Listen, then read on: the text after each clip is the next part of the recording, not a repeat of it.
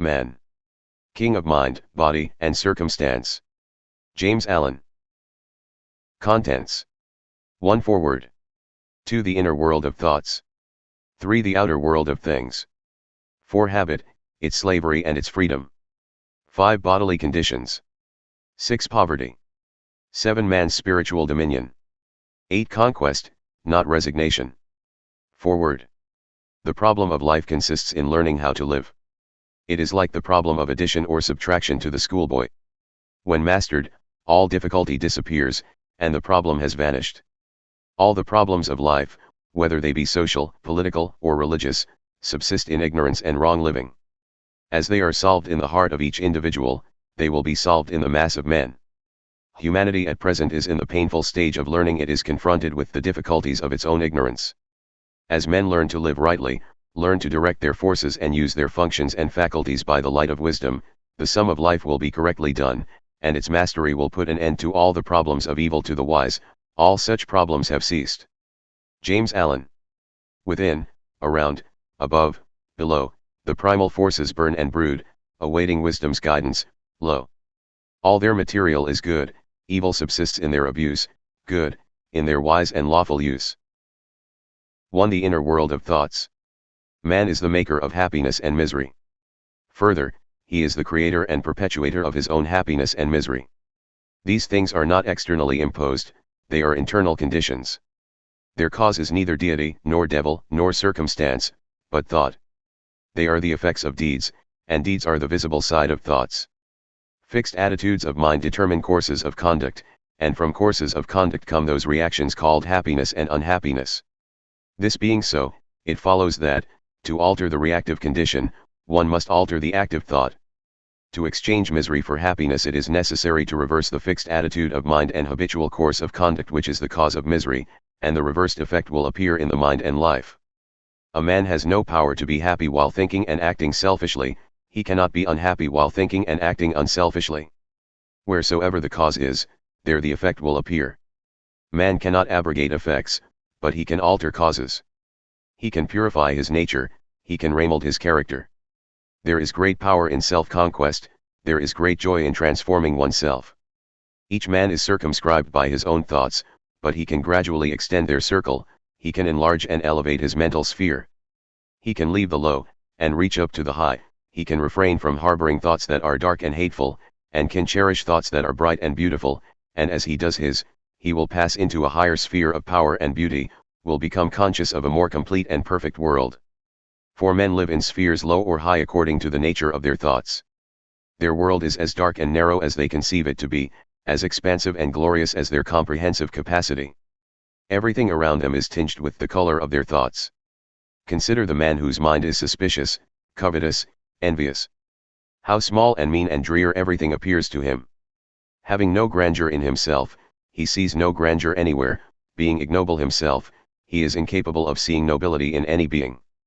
Even his God is a covetous being that can be bribed, and he judges all men and women to be just as petty and selfish as he himself is, so that he sees in the most exalted acts of unselfishness only motives that are mean and base.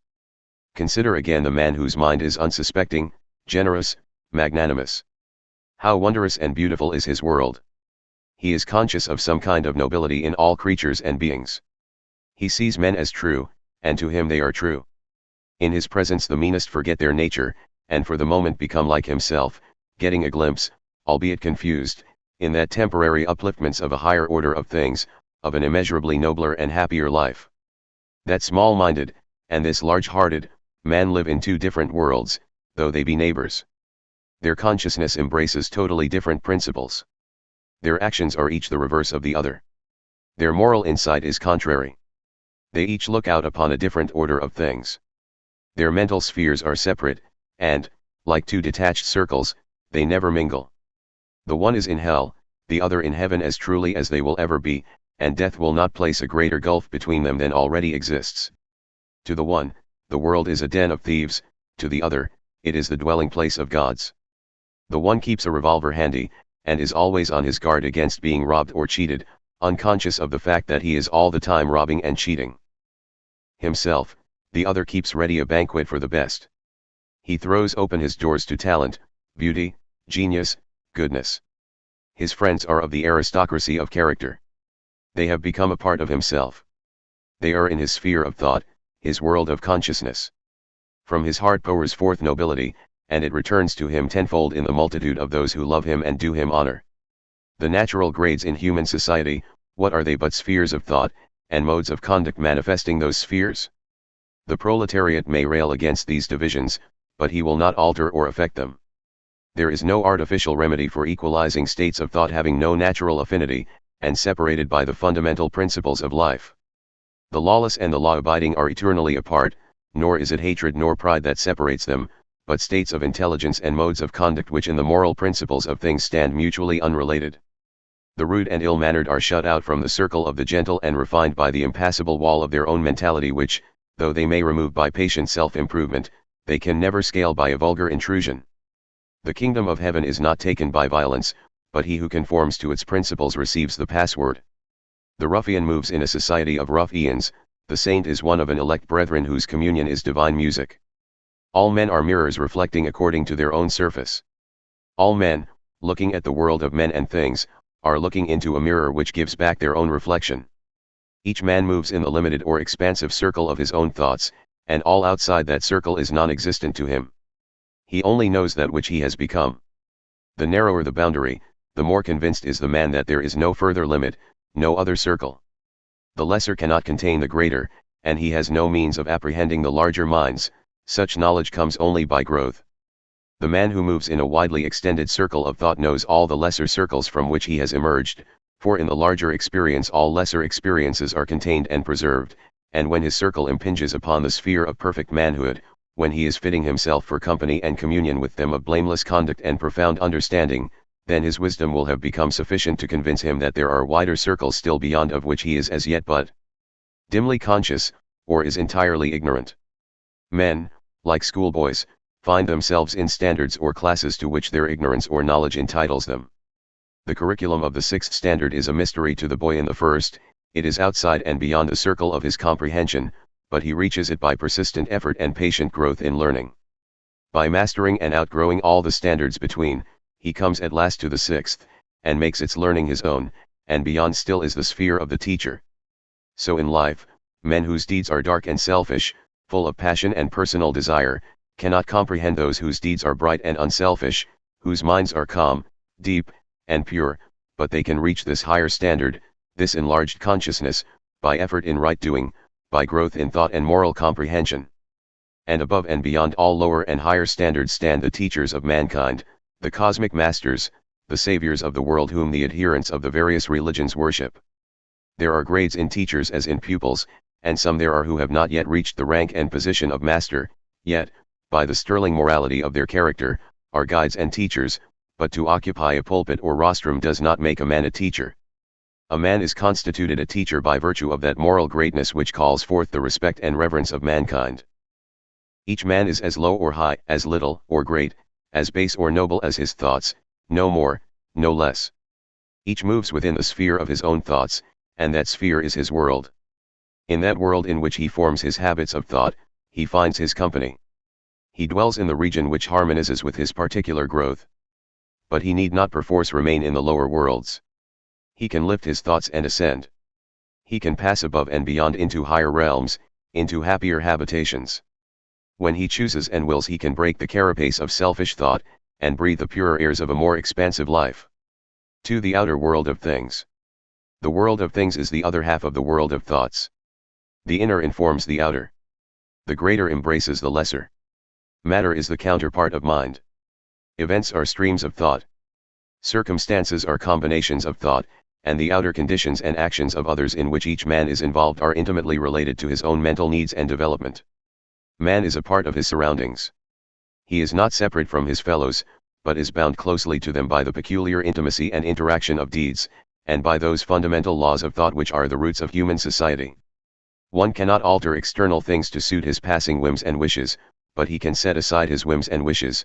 He can so alter his attitude of mind towards externals that they will assume a different aspect. He cannot mold the actions of others towards him, but he can rightly fashion his actions towards them. He cannot break down the wall of circumstance by which he is surrounded, but he can wisely adapt himself to it, or find a way out into enlarged circumstances by extending his mental horizon. Things follow thoughts. Alter your thoughts, and things will receive a new adjustment. To reflect truly, the mirror must be true. A warped glass gives back an exaggerated image. A disturbed mind gives a distorted reflection of the world. Subdue the mind, organize and tranquilize it, and a more beautiful image of the universe, a more perfect perception of the world order will be the result. Man has all power within the world of his own mind, to purify and perfect it, but his power in the outer world of other minds is subject and limited. This is made plain when we reflect that each finds himself in a world of men and things, a unit amongst myriads of similar units. These units do not act independently and despotically, but responsively and sympathetically. My fellow men are involved in my actions, and they will deal with them. If what I do be a menace to them, they will adopt protective measures against me. As the human body expels its morbid atoms, so the body politic instinctively expurgates its recalcitrant members. Your wrong acts are so many wounds inflicted on this body politic, and the healing of its wounds will be your pain and sorrow. This ethical cause and effect is not different from that physical cause and effect with which the simplest is acquainted. It is but an extension of the same law, its application to the larger body of humanity. No act is aloof. Your most secret deed is invisibly reported, its good being protected in joy, its evil destroyed in pain. There is a great ethical truth in the old fable of the Book of Life in which every thought and deed is recorded and judged. It is because of this that your deed belongs, not alone to yourself, but to humanity and the universe, that you are powerless to avert external effects, but are all-powerful to modify and correct internal causes, and it is also because of this that the perfecting of one's own deeds is man's highest duty and most sublime accomplishment. The obverse of this truth that you are powerless to obviate external things and deeds is, that external things and deeds are powerless to injure you.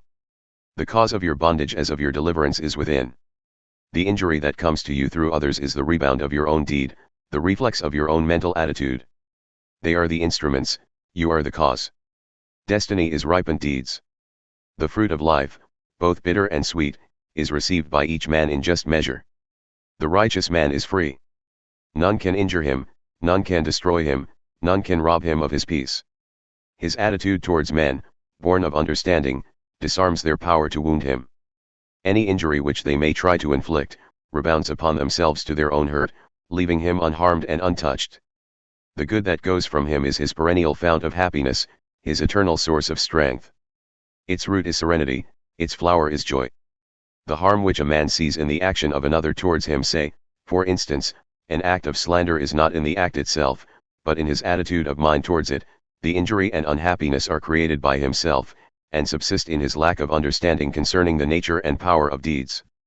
He thinks the act can permanently injure or ruin his character, whereas it is utterly void of any such power, the reality being that the deed can only injure or ruin the doer of it. Thinking himself injured, the man becomes agitated and unhappy, and takes great pains to counteract the supposed harm to himself, and these very pains give the slander an appearance of truth, and aid rather than hinder it. All his agitation and unrest is created by his reception of the deed, and not actually by the deed itself. The righteous man has proved this by the fact that the same act has ceased to arouse in him any disturbance. He understands, and therefore ignores, it. It belongs to a sphere which he has ceased to inhabit, to a region of consciousness with which he has no longer any affinity. He does not receive the act into himself, the thought of injury to himself being absent. He lives above the mental darkness in which such acts thrive, and they can no more injure or disturb him than a boy can injure or divert the sun by throwing stones at it. It was to emphasize this that Buddha, to the end of his days, never ceased to tell his disciples that so long as the thought "I have been injured" or "I have been cheated" or "I have been insulted" could arise in a man's mind, he had not comprehended the truth. And as with the conduct of others, so is it with external things, with surroundings and circumstances in themselves. They are neither good nor bad, it is the mental attitude and state of heart that makes them so. A man imagines he could do great things if he were not hampered by circumstances, by want of money, want of time, want of influence, and want of freedom from family ties. In reality the man is not hindered by these things at all. He, in his mind, ascribes to them a power which they do not possess, and he submits not to them, but to his opinion about them, that is, to a weak element in his nature. The real want that hampers him is the want of the right attitude of mind. When he regards his circumstances as spurs to his resources, when he sees that his so-called drawbacks are the very steps up which he is to mount successfully to his achievement, Then his necessity gives birth to invention, and the hindrances are transformed into aids. The man is the all-important factor. If his mind be wholesome and rightly tuned, he will not whine and whimper over his circumstances, but will rise up, and outgrow them. He who complains of his circumstances has not yet become a man, and necessity will continue to prick and lash him till he rises into manhood's strength, and then she will submit to him. Circumstance is a severe taskmaster to the weak, an obedient servant to the strong. It is not external things, but our thoughts about them, that bind us or set us free. We forge our own chains, build our own dungeons, take ourselves prisoners, or we loose our bonds, build our own palaces, or roam in freedom through all scenes and events. If I think that my surroundings are powerful to bind me, that thought will keep me bound. If I think that, in my thought and life, I can rise above my surroundings, that thought will liberate me. One should ask of his thoughts, are they leading to bondage or deliverance, and he should abandon thoughts that bind, and adopt thoughts that set free. If we fear our fellow men, fear opinion, poverty, the withdrawal of friends and influence, then we are bound indeed, and cannot know the inward happiness of the enlightened, the freedom of the just. But if in our thoughts we are pure and free, if we see in life's reactions and reverses nothing to cause us trouble or fear, but everything to aid us in our progress, nothing remains that can prevent us from accomplishing the aims of our life, for then we are free indeed. 3. Habit, its slavery and its freedom. Man is subject to the law of habit. Is he then free? Yes, he is free. Man did not make life and its laws, they are eternal, he finds himself involved in them and he can understand and obey them. Man's power does not enable him to make laws of being, it subsists in discrimination and choice. Man does not create one jot of the universal conditions or laws, they are the essential principles of things, and are neither made nor unmade. He discovers, not makes, them. Ignorance of them is at the root of the world's pain. To defy them is folly and bondage. Who is the freer man, the thief who defies the laws of his country or the honest citizen who obeys them? Who, again, is the freer man, the fool who thinks he can live as he likes, or the wise man who chooses to do only that which is right? Man is, in the nature of things, a being of habit, and this he cannot alter, but he can alter his habits. He cannot alter the law of his nature, but he can adapt his nature to the law. No man wishes to alter the law of gravitation, but all men adapt themselves to it, they use it by bending to it, not by defying or ignoring it. Men do not run up against walls or jump over precipices in the hope that the law will alter for them. They walk alongside walls, and keep clear of precipices. Man can no more get outside the law of habit, than he can get outside the law of gravitation, but he can employ it wisely or unwisely. As scientists and inventors master the physical forces and laws by obeying and using them, so wise men master the spiritual forces and laws in the same way. While the bad man is the whipped slave of habit, the good man is its wise director and master. Not its maker, let me reiterate, nor yet its arbitrary commander, but its self-disciplined user, its master by virtue of knowledge grounded on obedience. He is the bad man whose habits of thought and action are bad. He is the good man whose habits of thought and action are good. The bad man becomes the good man by transforming or transmuting his habits. He does not alter the law, he alters himself, he adapts himself to the law. Instead of submitting to selfish indulgences, he obeys moral principles. He becomes the master of the lower by enlisting in the service of the higher. The law of habit remains the same, but he is changed from bad to good by his readjustment to the law. Habit is repetition. Man repeats the same thoughts, the same actions, the same experiences over and over again until they are incorporated with his being, until they are built into his character as part of himself. Faculty is fixed habit. Evolution is mental accumulation. Man, today, is the result of millions of repetitious thoughts and acts. He is not ready-made, he becomes, and is still becoming. His character is predetermined by his own choice. The thought, the act, which he chooses, that, by habit, he becomes. Thus each man is an accumulation of thoughts and deeds. The characteristics which he manifests instinctively and without effort are lines of thought and action become, by long repetition, automatic, for it is the nature of habit to become, at last, unconscious, to repeat, as it were, itself without any apparent choice or effort on the part of its possessor, and in due time it takes such complete possession of the individual as to appear to render his will powerless to counteract it. This is the case with all habits, whether good or bad. When bad, the man is spoken of as being the victim of a bad habit or a vicious mind. When good, he is referred to as having, by nature, a good disposition.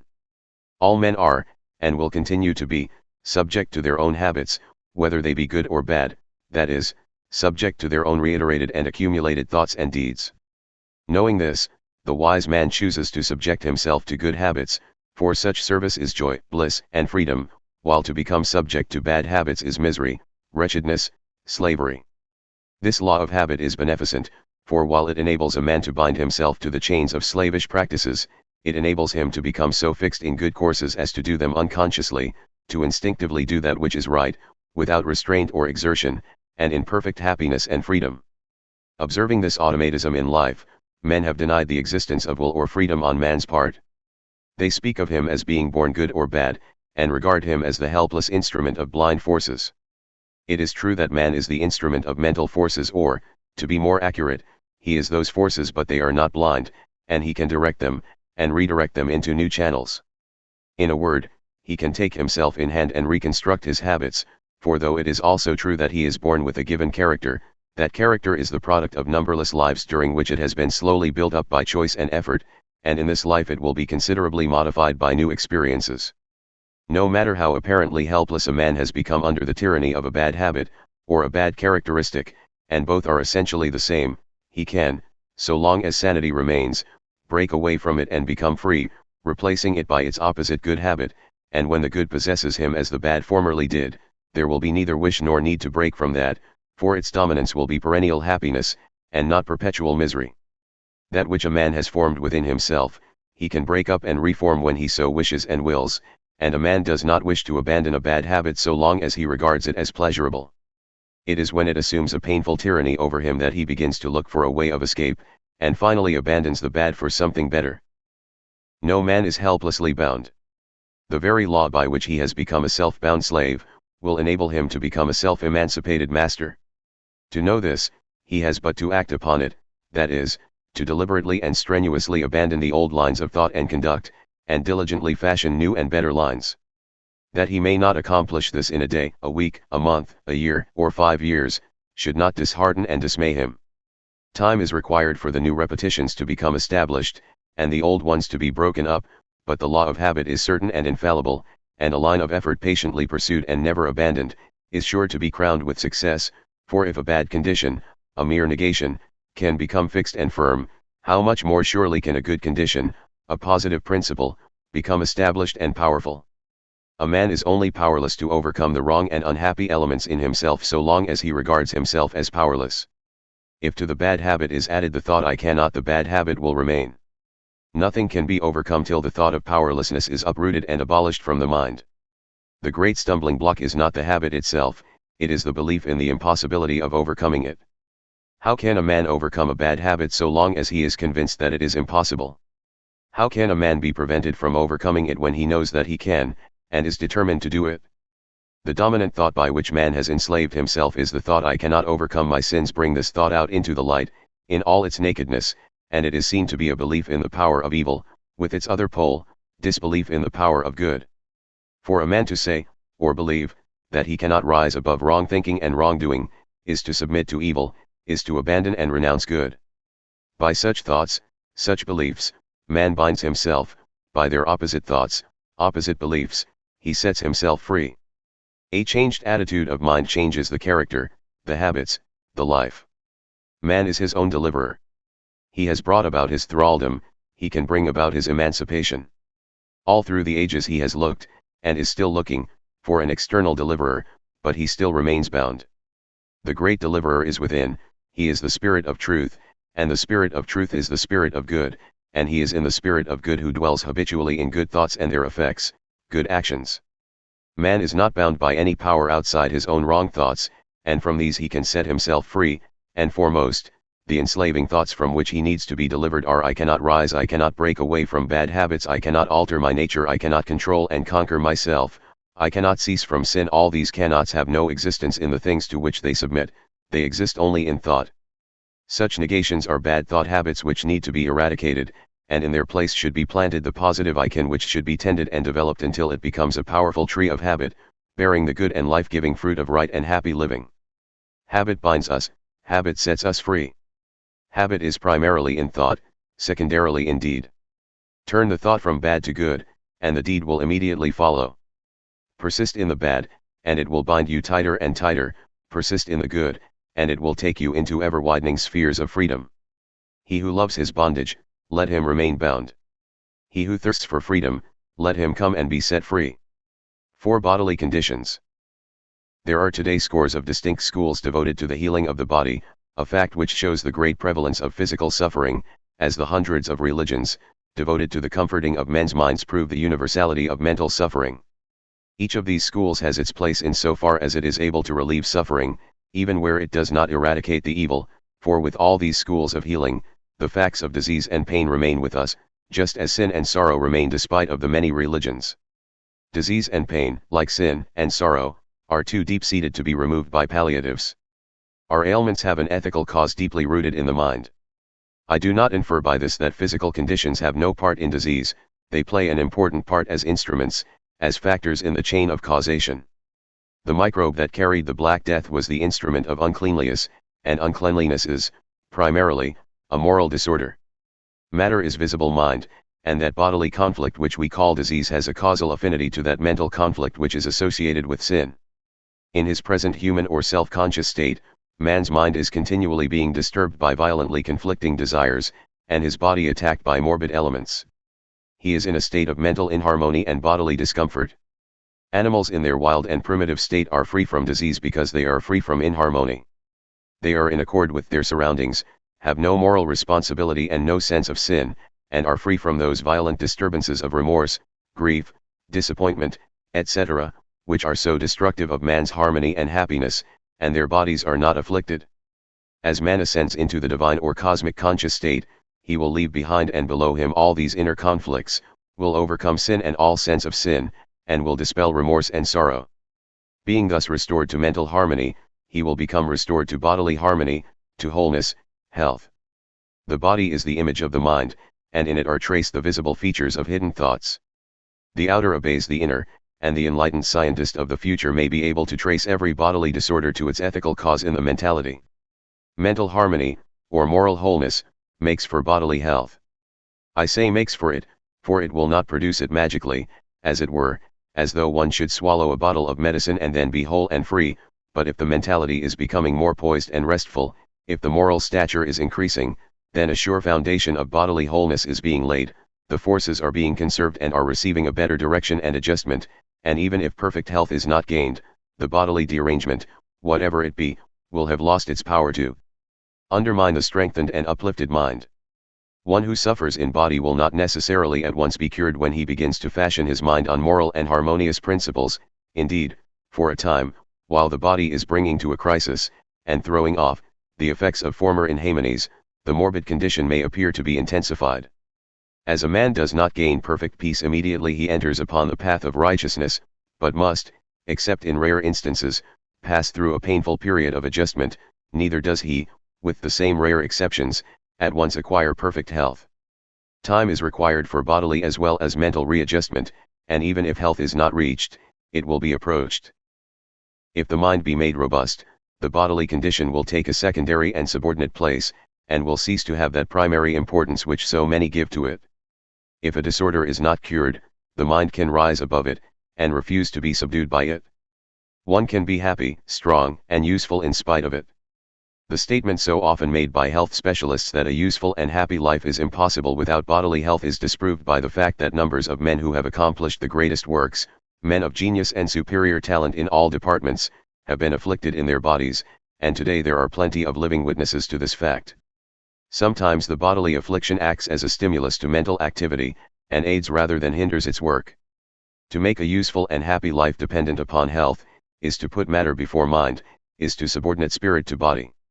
Men of robust minds do not dwell upon their bodily condition if it be in any way disordered, they ignore it, and work on, live on, as though it were not. This ignoring of the body not only keeps the mind sane and strong, but it is the best resource for curing the body. If we cannot have a perfectly sound body, we can have a healthy mind, and healthy mind is the best route to a sound body. A sickly mind is more deplorable than a disordered body, and it leads to sickliness of body. The mental invalid is in a far more pitiable condition than the bodily invalid. There are invalids, every physician knows them, who only need to lift themselves into a strong, unselfish, happy frame of mind to discover that their body is whole and capable. Sickly thoughts about oneself, about one's body and food, should be abolished by all who are called by the name of man. The man who imagines that the wholesome food he is eating is going to injure him, needs to come to bodily vigor by the way of mental strength. To regard one's bodily health and safety as being dependent on a particular kind of food which is absent from nearly every household, is to court petty disorders. The vegetarian who says he dare not eat potatoes, that fruit produces indigestion, that apples give him acidity, that pulses are poison, that he is afraid of green vegetables and so on, is demoralizing the noble cause which he professes to have espoused, is making it look ridiculous in the eyes of those robust meat-eaters who live above such sickly fears and morbid self-scrutinies. To imagine that the fruits of the earth, eaten when one is hungry and in need of food, are destructive of health and life is to totally misunderstand the nature and office of food.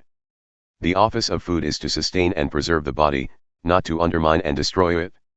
It is a strange delusion, and one that must react deleteriously upon the body, that possesses so many who are seeking health by the way of diet, the delusion that certain of the simplest, most natural, and purest of viands are bad of themselves, that they have in them the elements of death, and not of life. One of these food reformers once told me that he believed his ailment, as well as the ailments of thousands of others, was caused by eating bread, not by an excess of bread, but by the bread itself, and yet this man's bread food consisted of nutty, homemade, wholemeal loaves. Let us get rid of our sins, our sickly thoughts, our self-indulgences and foolish excesses before attributing our diseases to such innocent causes. Dwelling upon one's petty troubles and ailments is a manifestation of weakness of character. To so dwell upon them in thought leads to frequent talking about them, and this, in turn, impresses them more vividly upon the mind, which soon becomes demoralized by such petting and pitying. It is as convenient to dwell upon happiness and health as upon misery and disease, as easy to talk about them, and much more pleasant and profitable to do so. Let us live happily then, not hating those who hate us. Among men who hate us let us dwell free from hatred. Let us live happily then, free from ailments among the ailing. Among men who are ailing let us dwell free from ailments. Let us live happily then, free from greed among the greedy. Among men who are greedy let us dwell free from greed. Moral principles are the soundest foundations for health, as well as for happiness. They are the true regulators of conduct, and they embrace every detail of life. When earnestly espoused and intelligently understood, they will compel a man to reorganize his entire life down to the most apparently insignificant detail. While definitely regulating one's diet, they will put an end to squeamishness, food fear, and foolish whims and groundless opinions as to the harmfulness of foods. When sound moral health has eradicated self-indulgence and self-pity, all natural foods will be seen as they are, nourishers of the body, and not its destroyers. Thus a consideration of bodily conditions brings us inevitably back to the mind, and to those moral virtues which fortify it with an invincible protection. The morally right are the bodily right. To be continually transposing the details of life from passing views and fancies, without reference to fixed principles, is to flounder in confusion, but to discipline details by moral principles is to see, with enlightened vision, all details in their proper place and order. For it is given to moral principle alone, in their personal domain, to perceive the moral order. In them alone resides the insight that penetrates to causes, and with them only is the power to at once command all details to their order and place, as the magnet draws and polarizes the filings of steel. Better even than curing the body is to rise above it, to be its master, and not to be tyrannized over by it, not to abuse it, not to pander to it, never to put its claims before virtue, to discipline and moderate its pleasures, and not to be overcome by its pains, in a word, to live in the poise and strength of the moral powers.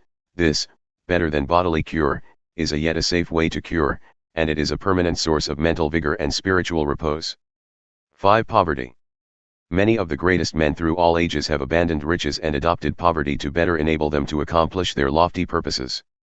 Why, then, is poverty regarded as such a terrible evil? Why is it that this poverty, which these great men regard as a blessing, and adopt as a bride, should be looked upon by the bulk of mankind as a scourge and a plague? The answer is plain. In the one case, the poverty is associated with a nobility of mind which not only takes from it all appearance of evil, but which lifts it up and makes it appear good and beautiful, makes it seem more attractive and more to be desired than riches and honor, So much so that, seeing the dignity and happiness of the noble mendicant, thousands imitate him by adopting his mode of life. In the other case, the poverty of our great cities is associated with everything that is mean and repulsive, with swearing, drunkenness, filth, laziness, dishonesty and crime.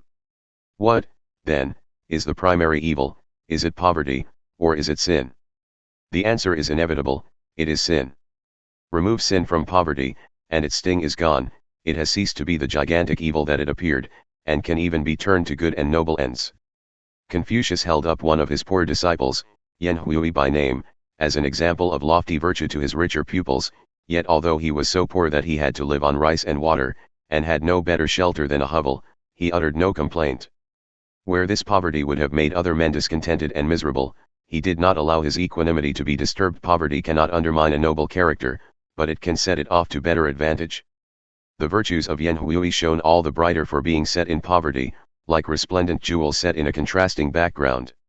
It is common with social reforms to regard poverty as the cause of the sins with which it is associated, yet the same reformers refer to the immoralities of the rich as being caused by their riches. Where there is a cause, its effect will appear, and were affluence the cause of immorality, and poverty the cause of degradation, then every rich man would become immoral and every poor man would come to degradation. An evildoer will commit evil under any circumstances, whether he be rich or poor, or midway between the two conditions. A right doer will do right howsoever he be placed. Extreme circumstances may help to bring out the evil which is already there awaiting its opportunity, but they cannot cause the evil, cannot create it. Discontent with one's financial condition is not the same as poverty. Many people regard themselves as poor whose income runs into several hundreds and in some cases several thousands of pounds a year, combined with light responsibilities. They imagine their affliction to be poverty, their real trouble is covetousness. They imagine their affliction to be poverty, their real trouble is covetousness. They are not made unhappy by poverty, but by the thirst for riches. Poverty is more often in the mind than in the purse. So long as a man thirsts for more money, he will regard himself as poor, and in that sense he is poor, for covetousness is poverty of mind. A miser may be a millionaire, but he is as poor as when he was penniless. On the other hand, the trouble with so many who are living in indigence and degradation is that they are satisfied with their condition. To be living in dirt, disorder, laziness, and swinish self-indulgence, reveling in foul thoughts, foul words, and unclean surroundings, and to be satisfied with oneself, is deplorable. Here again, poverty resolves itself into a mental condition, and its solution, as a problem, is to be looked for in the improvement of the individual from within, rather than of his outward condition. Let a man be made clean and alert within, and he will no longer be content with dirt and degradation without. Having put his mind in order, he will then put his house in order. Indeed, both he and others will know that he has put himself right by the fact that he has put his immediate surroundings right. His altered heart shows in his altered life. There are, of course, those who are neither self-deceived nor self-degraded and yet are poor. Many such are satisfied to remain poor. They are contented, industrious, and happy, and desire nothing else, but those among them who are dissatisfied, and are ambitious for better surroundings and greater scope should, and usually do, use their poverty as a spur to the exercise of their talents and energies. By self-improvement and attention to duty, they can rise into the fuller, more responsible life which they desire. Devotion to duty is, indeed, not only the way out of that poverty which is regarded as restrictive, it is also the royal road to affluence, influence, and lasting joy, yea, even to perfection itself. When understood in its deepest sense, it is seen to be related to all that is best and noblest in life. It includes energy, industry, concentrated attention to the business of one's life, singleness of purpose, courage and faithfulness, determination and self-reliance, and that self-abnegation which is the key to all real greatness. A singularly successful man was once asked, "What is the secret of your success?" and he replied, "Getting up at 6 o'clock in the morning, and minding my own business. Success, honor, and influence always come to him who diligently attends to the business of his life, and religiously avoids interfering with the duties of others." It may here be urged, and is usually so urged, that the majority of those who are in poverty, for instance, the mill and factory workers, have not the time or opportunity to give themselves to any special work. This is a mistake. Time and opportunity are always at hand, are with everybody at all times. Those of the poor above mentioned, who are content to remain where they are, can always be diligent in their factory labor, and sober and happy in their homes, but those of them who feel that they could better fill another sphere, can prepare for it by educating themselves in their spare time. The hard-worked poor are, above all, the people who need to economize their time and energies, and the youth who wishes to rise out of such poverty, must at the outset put aside the foolish and wasteful indulgences of alcohol, tobacco, sexual vice, late hours at music halls, clubs, and gaming parties, and must give his evenings to the improvement of his mind in that course of education which is necessary to his advancement. By this method numbers of the most influential men throughout history, some of them among the greatest, have raised themselves from the commonest poverty, a fact which proves that the time of necessity is the hour of opportunity, and not as is so often imagined and declared, the destruction of opportunity, that the deeper the poverty, the greater is the incentive to action in those who are dissatisfied with themselves, and are bent upon achievement. Poverty is an evil or it is not, according to the character and the condition of mind of the one that is in poverty. Wealth is an evil or not, in the same manner. Tolstoy chafed under his wealthy circumstances. To him they were a great evil. He longed for poverty as the covetous long for wealth. Vice, however, is always an evil, for it both degrades the individual who commits it, and is a menace to society. A logical and profound study of poverty will always bring us back to the individual, and to the human heart. When our social reformers condemn vice as they now condemn the rich, when they are as eager to abolish wrong living as they now are to abolish low wages, we may look for a diminution in that form of degraded poverty which is one of the dark spots on our civilization. Before such poverty disappears altogether, the human heart will have undergone, during the process of evolution, a radical change. When that heart is purged from covetousness and selfishness, when drunkenness, impurity, indolence, and self-indulgence are driven forever from the earth, then poverty and riches will be known no more, and every man will perform his duties with a joy so full and deep as is yet, except to the few whose hearts are already pure, unknown to men, and all will eat of the fruit of their labor in sublime self-respect and perfect peace. 6. Man's spiritual dominion. The kingdom over which man is destined to rule with undisputed sway is that of his own mind and life, but this kingdom, as already shown, is not separate from the universe, is not confined to itself alone, it is intimately related to entire humanity, to nature, to the current of events in which it is, for the time being, involved, and to the vast universe.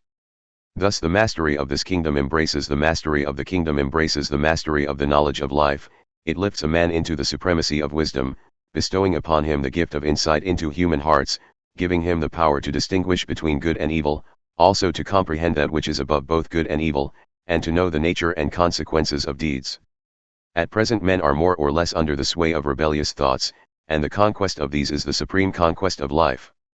The unwise think that everything can be mastered but oneself, and they seek for happiness for themselves and others by modifying external things. The transposing of outward effects cannot bring permanent happiness, or bestow wisdom, the patching and coddling of a sin-laden body cannot produce health and well-being. The wise know that there is no real mastery until self is subdued, that when oneself is conquered, the subjugation of externals is finally assured, and they find happiness forever springing up within them, in the calm strength of divine virtue. They put away sin, and purify and strengthen the body by rising superior to the sway of its passions. Man can reign over his own mind, can be lord over himself. Until he does so reign, his life is unsatisfactory and imperfect. His spiritual dominion is the empire of the mental forces of which his nature is composed. The body has no causative power. The ruling of the body, that is, of appetite and passion, is the discipline of mental forces. The subduing, modifying, redirecting and transmuting of the antagonizing spiritual elements within, is the wonderful and mighty work which all men must, sooner or later, undertake. For a long time man regards himself as the slave of external forces, but there comes a day when his spiritual eyes open, and he sees that he has been a slave this long time to none and nothing but his own ungoverned, unpurified self. In that day, he rises up and, ascending his spiritual throne, he no longer obeys his desires, appetites, and passions, as their slave, but henceforth rules them as his subjects. The mental kingdom through which he has been wont to wander as a puling beggar and a whipped serf, he now discovers is his by right of lordly self-control, his to set in order, to organize and harmonize, to abolish its dissensions and painful contradictions, and bring it to a state of peace. Thus rising up and exercising his rightful spiritual authority, he enters the company of those kingly ones who in all ages have conquered and attained, who have overcome ignorance, darkness, and mental suffering, and have ascended into truth. 7. Conquest, not resignation. He who has undertaken the sublime task of overcoming himself, does not resign himself to anything that is evil, he subjects himself only to that which is good. Resignation to evil is the lowest weakness, obedience to good is the highest power. To resign oneself to sin and sorrow, to ignorance and suffering, is to say in effect, I give up, I am defeated, life is evil, and I submit. Such resignation to evil is the reverse of religion. It is a direct denial of good, it elevates evil to the position of supreme power in the universe. Such submission to evil shows itself in a selfish and sorrowful life, a life alike devoid of strength against temptation, and of that joy and calm which are the manifestation of a mind that is dominated by good. Man is not framed for perpetual resignation and sorrow, but for final victory and joy.